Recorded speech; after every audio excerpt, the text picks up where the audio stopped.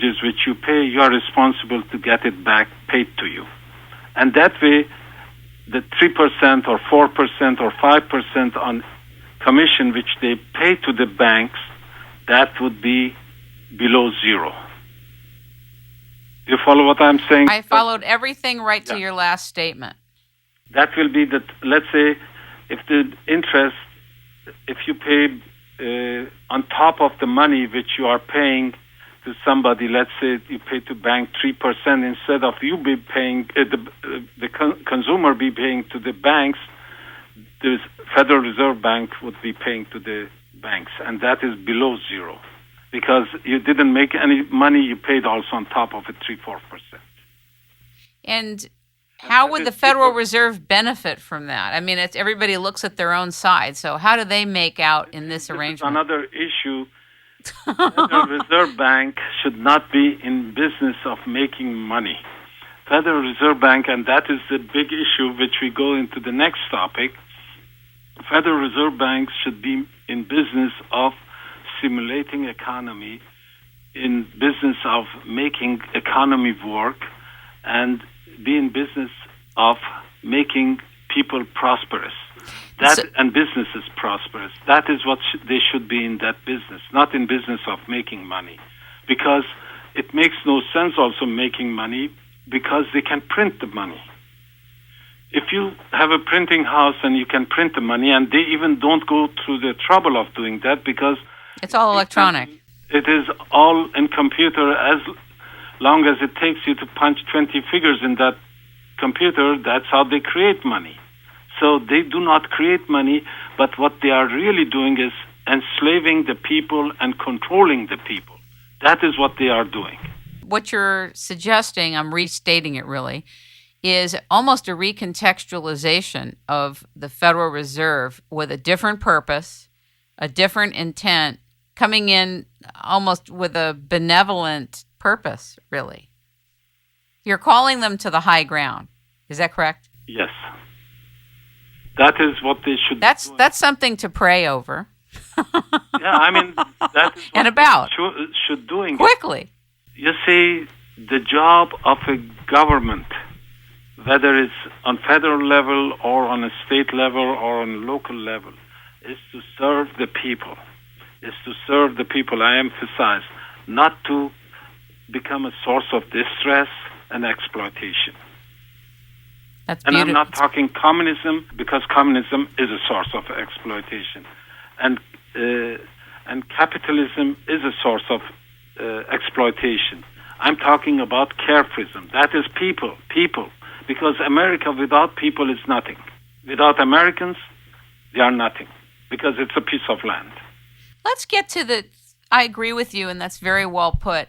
Talk a little bit about wealth in a zero-cost economy, because when you hear about a zero-cost economy, and as you've explained it, we talk about carefreeism, but where does wealth come in? Where do people's ambitions to make money and to have and acquire and to assimilate and to develop wealth, where does that come in? You see, an average person doesn't need too much money to make wealth, to create wealth for themselves, if you reduce their cost. Because it doesn't matter how much wealth you accumulate over your lifetime. It will come a time that either you retire or you get sick or you lose your job or something else will happen.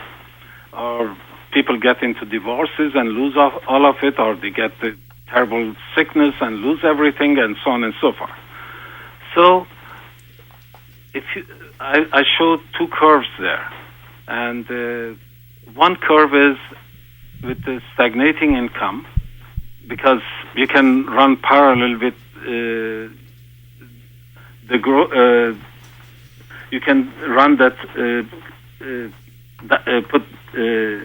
run that curve also along with the increase of your income, but eventually it will come a time that the cost is going to exceed the income. At that point, you will, and God forbid, in this case, somebody start to live longer than they have anticipated. Let's say they were hoping to live only 70 years, but they ended up living 80, 90, 100 years. Right. And then they have not enough saving they are going to be in difficult and hard time.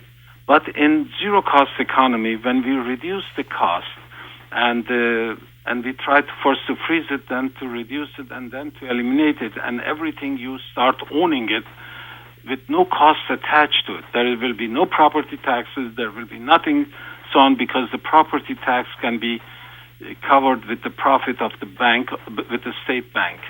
You pay through that.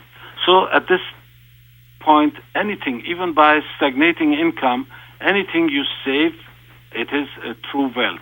It is not inflationary, and you will never lose it. And if you put in the state bank with 6%, in a CD for 6%, for every $100,000 that you put in that over a period of 15 years, you have saved like $88,000. So if I remember the figure correctly. So that is what your saving is, and then it comes a time that you decide to work more or you do not. But you have a saving with no cost attached to everything you own. Your house is free and paid, and you do not need to downsize it. You do not have to worry about this property tax, because it could increase over time, and since your income decreases, you do not need to worry about it. And this is the situation in carefreeism, in zero-cost economy, and somebody who understands that is the way to do it. And I'm not talking that you have to reduce cut your privileges, like you should not eat what you are eating, and you should not be traveling, and you should save everything because you have to do that. In fact, it will be the opposite of it.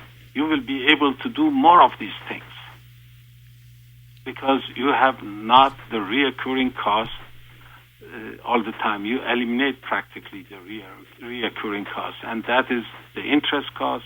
As I mentioned before, an average American works 10 years of their life for interest, energy, and insurance. Say it again louder this time. Say that was very powerful. Every single American works 10 years of his or her life for interest, energy, and insurance. Wow. So with this plan, we will save them 7 years of their life or of their pay. Wow. You talk about 4 different types of costs: permanently reoccurring costs, periodically occurring costs, catastrophic costs, and social costs. I thought that was a good breakdown of the types of costs for people thinking about things. Things do come up. Talk about Environomics. I don't have that book.